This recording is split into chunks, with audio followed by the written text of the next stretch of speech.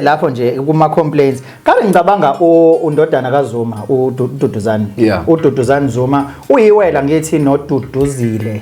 Zuma Sambodla mangaphazama omunye wama leaders eNK ke uDuduzile so naye ngiyakhumbula ukuthi kuzoqala ama elections angathi nje kuzoqala ama elections kuhlongozwa ama elections eminyakeni emibili edlule wakhuluma ukuthi uzongenela ukhetho naye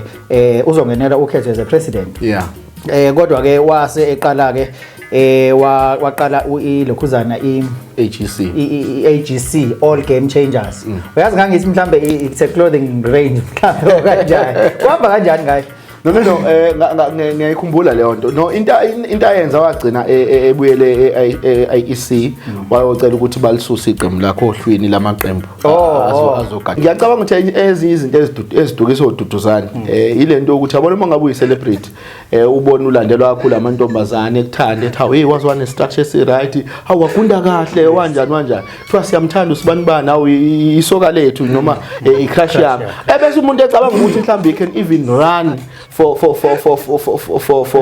for elections you know only to find out mengabe sebuka ukuthi sekuhamba isikhathi iqembu eseliregistered umnyakaza awukho mhlawumbe abantu bawu 500 nje kuphela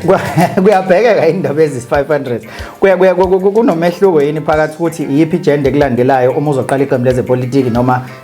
ibapha abantu ekufanele bakulandele ngoba ukulandelwa ngisho ukuthi ulandelwa omaka enzo ngoba ngicabanga ukuthi indaba ezisho uzama ukuchaza leyo uyi social media sensation shothi ukungabo maka enzo nabe bengamonisi okay wena ucathi indaba yokhetha indaba okudlala omaka enzo ngisho kuthiwa bakuthanda nani but lento yepolitiki noma lento lento ake nje lento yepolitiki it goes with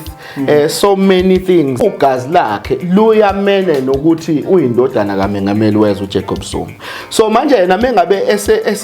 not ukuthi yas distance but uma ngabe ezama ukuphuma athi go independent useyakhohle ukuthi ugazi lakhe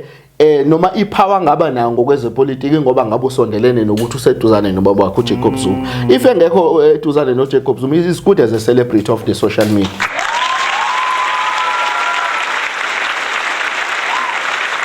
Uyamazi uSikomota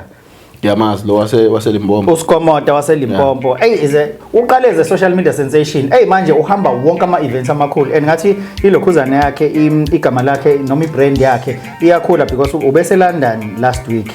so uma ngikhumbuza excuse me indaba yakhe ethi ngikhumbula indlela ngiyengibone indlela aziphatha ngayo kuma events khona nje ngiyibonile intombazane ifika icela ukushutha mayiqeda ukushutha night idwe iqabula noma uyayipanza bengiqala ukubona ke eyipanza ngaphambili intombazane wayipanza ngaphambili wazi ukuthi impela phela khumbula Zuma ukuthi phela oSikomota igenge ezithandwe loNkulunkulu uyafanela nje noKim okay oKim nje basemhlabeni abakhona and efanele sukamngela ukuthi bakhona bayaphila Nkosi yami